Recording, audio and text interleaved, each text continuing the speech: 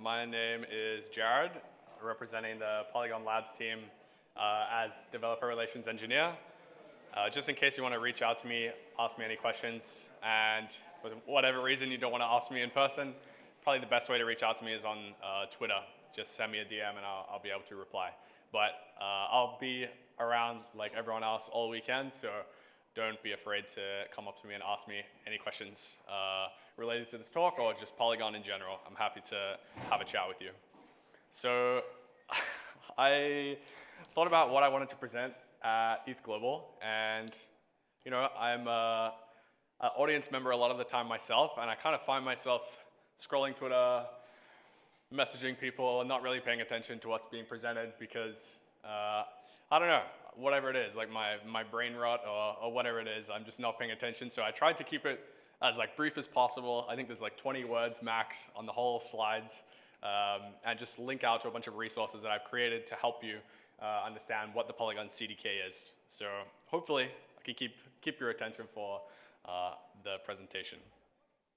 All right, so just TLDR, like what actually is the Polygon CDK?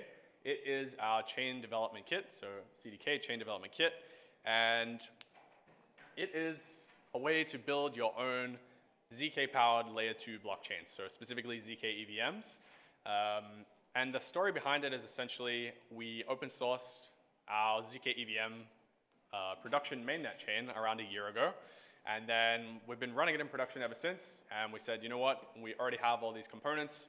We spent the time and research into ZK and the issues that you run into running a production ZK-EVM.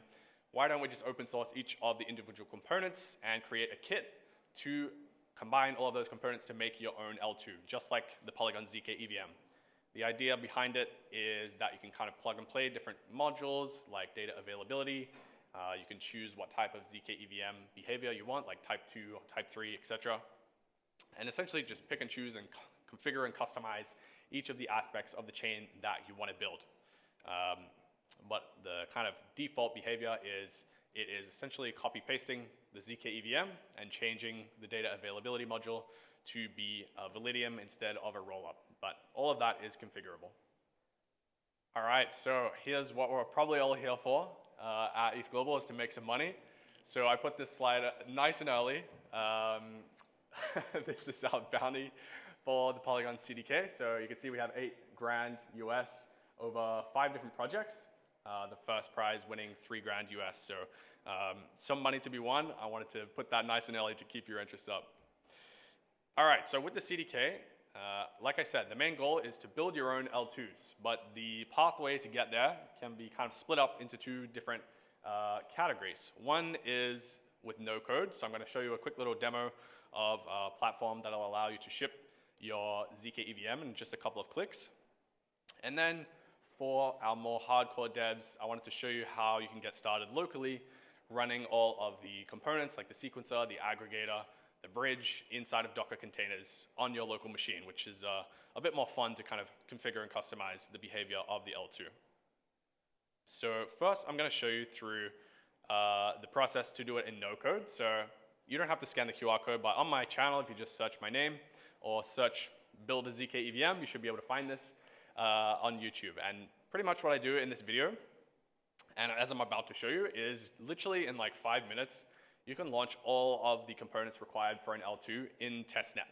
And if my demo works, I will show you that as well in this presentation, but just in case it doesn't, I have pre-recorded the exact step-by-step tutorial on how to launch your own L2 testnet and show you each of the components, and then also show you how to build apps on the testnet that you create as well.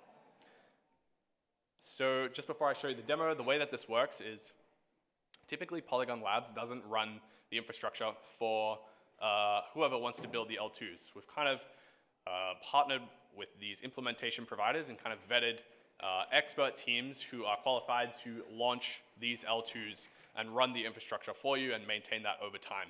So these are often called roll-up as a service providers or RaaS providers. And like I said, it literally deploys all of the components, the aggregator, the prover, the sequencer, bridge, RPC, and even the developer tools that you need if you're kind of kickstarting your ecosystem, like a faucet and a block explorer, et cetera, et cetera.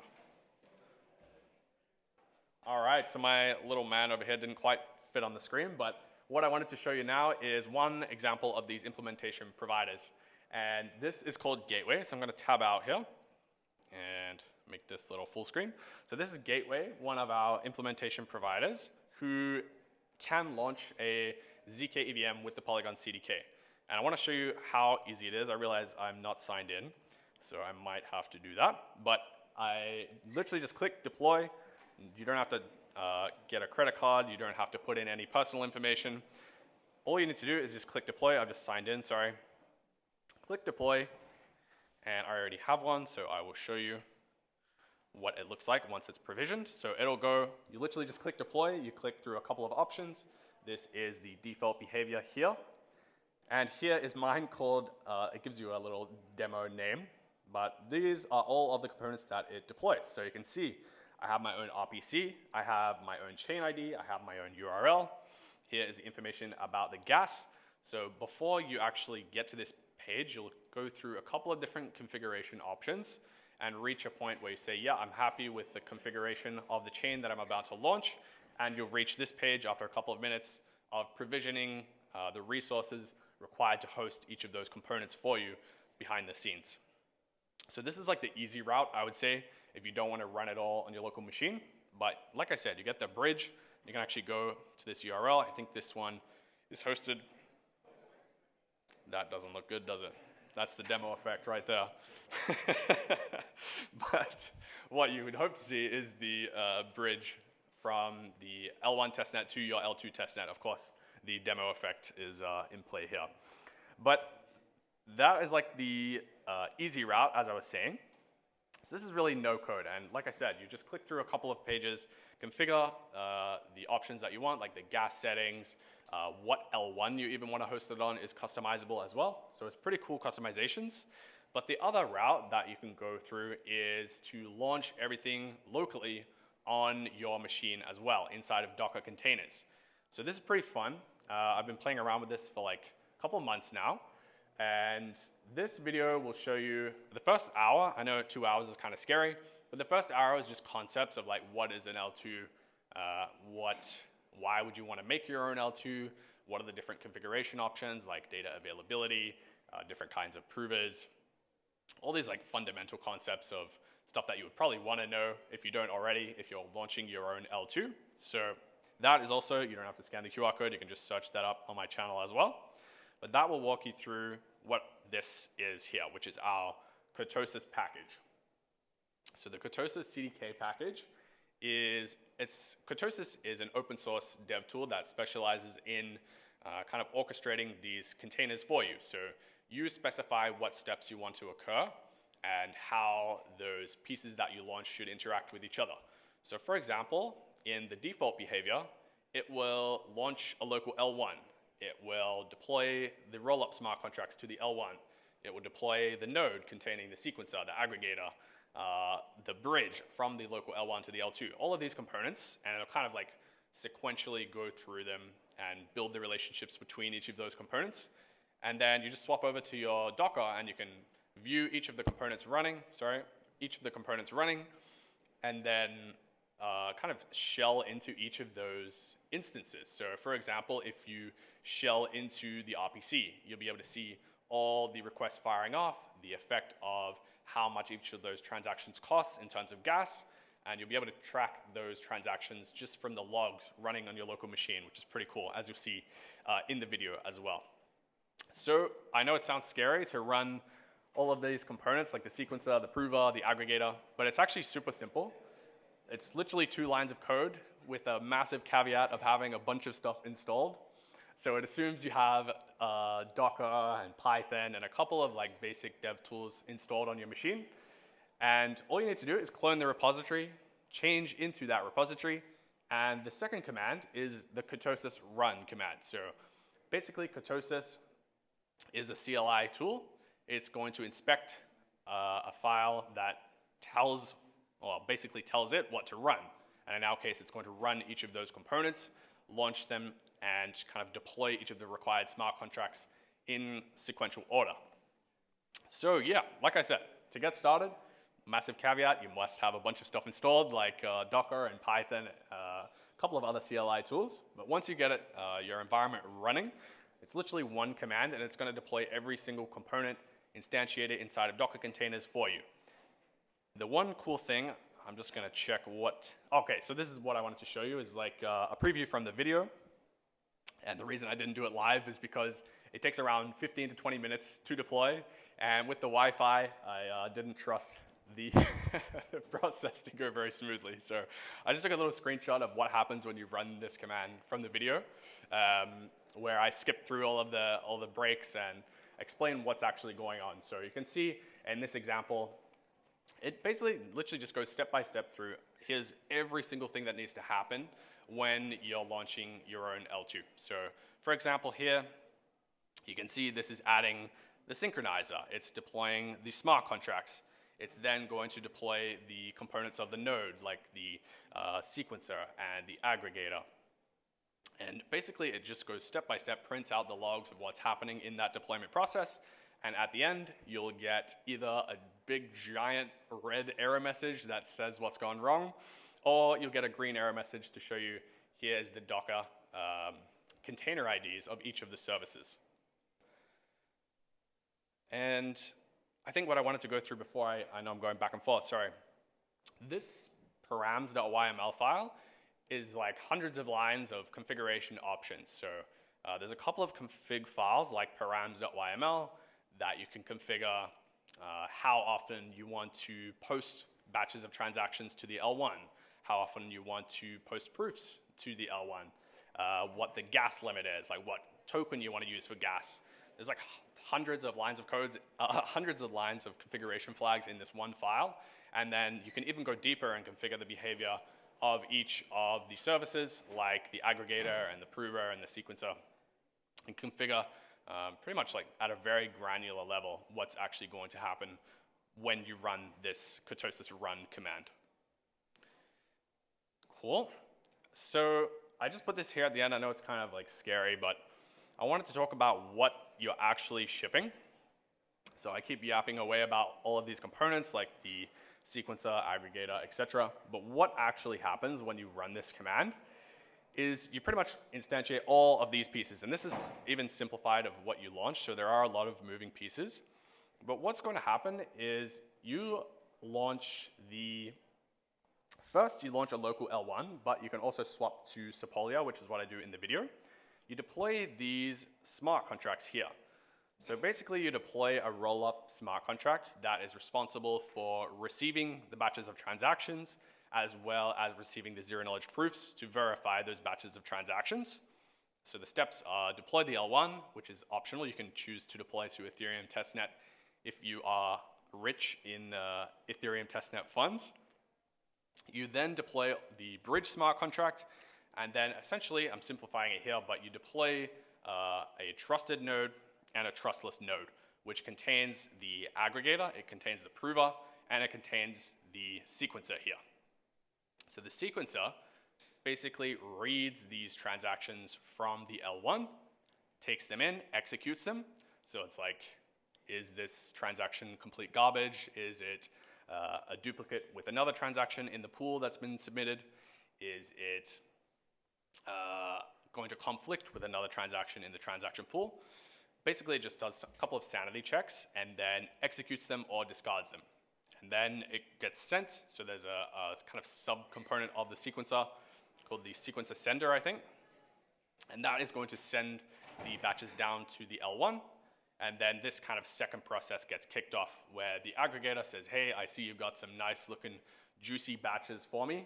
Let me go ahead and prove those. Sends it to another component that you've deployed inside another Docker container, who proves, generates a zero-knowledge proof, sends it back to its buddy, the aggregator, and posts it back to the smart contracts that you've deployed on the L1. So there is a lot more pieces like the bridge and the RPC and the block explorer. And out of the box, you also get this awesome stuff to kind of inspect what's going on, to see how many people have bridged, how much funds have been bridged, the block time, the time that has elapsed since you've last proven the blocks. All of this cool information is kind of ready for you out of the box just with these two commands that I showed you in one of those previous slides. Nice. So one of my goals before coming to ECC was to ship some new CDK docs. So I just chucked this right at the end to say we've just shipped like a week ago, new overview page, new getting started, new concepts, all brand new fresh docs ready for the hackers to kind of play with in case you're sick of listening to me in these videos as well. You can just read the text. It's pretty much exactly what I'm doing in the videos, is just going through the process in these documentation. So yeah, that's pretty much all I had. Like I said, very text light, so hopefully it kept your attention, but yeah, $8,000 available to be awarded for projects building their own L2s. I've been saying to a couple of teams already, some strategies for teams is to ship a cool product, build it on a couple of different L2s. Why not slap on your own L2 and ship it there as well? It's, like I said, very, very easy to do. But if you want to go more granular, get some cool customizations, you have a cool idea for creating custom L2, you can experiment with the local deployment as well. Yes, Mr. Blake. Since we only have one weekend, the time is ticking, I guess. Do you have any recommendations as to where to start, since there are a lot of cool customizations? There are a lot of ideas floating around there. What would be the best place to start for a team to discuss, ideate? Is it getting into the customizations, and where should I start if I do that? Or if I'm looking for a big picture product? Yeah, I think one thing is this is a very amazing bounty, but quite like you could get into the weeds. So is there any recommendations on the strategy into going in your hackathon project? Yeah, so just to repeat for the stream, the question is like, what's the best resources to get started with the CDK for the hackathon? I think there's a couple. I think the obvious one is just come speak to us, like see if your idea is feasible, if you have a crazy one. If you run into any issues, like, just come and speak to us. I know some of us are a bit scary, but no, we're very, I'm super keen. Like, I've been working on this for a couple of months, trying to improve the developer experience. So I would love to hear if you think it's complete garbage. Please come and tell me. If you can't get anything running, please come and tell me. What you should also do is we have a ton of our engineers who are about 100 times smarter than I am in our developer Discord, or our R&D Discord.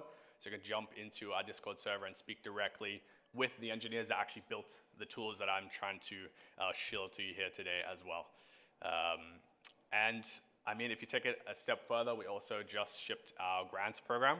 So, I mean, there are kind of pathways to develop this more seriously if you're looking for kind of financial rewards after the hackathon as well. So happy to come and talk about that at our booth too. Yeah, round two. Yeah, are there any use cases that you would recommend to the hackers of, like, solutions, problem statements that like you would like to see solved? Or, right, someone could go off and just make something crazy, but is there anything that is like that's inspiring, or sort of like, I can start here, I'm solving for this problem that you know of or you want to share? Yeah, I think there's like you said, there's options to go completely off the deep end and try and ship something combining, I don't know, maybe like you could combine one of the DA tools that is here and ship a new roll-up with a different DA tool. I think a cool one that's pretty simple to customize is like changing the gas token of the L2 that you ship. So something that would be sick would be like if you launched your own L2 with USDC, or something like just kind of one simple change that doesn't exist today. For example, changing the gas token, or changing what where you send the data to, or things like this. That's, it is approachable. You could go completely off the deep end, but within 36 hours, I realize it's probably a lot to ask to go too crazy. But yeah, like I said, I think the best approach would be pretty much just come and talk to us, see if your idea is feasible. The whole idea of this is meant to be customizable, so we're keen to see pretty much anything that people come out with. And if you think, like I said, it's terrible, it sucks, I don't want to use this anymore, that's also amazing. Please come and tell us so we can improve it. for future iterations as well. Sweet. No more questions? Awesome. Thank you.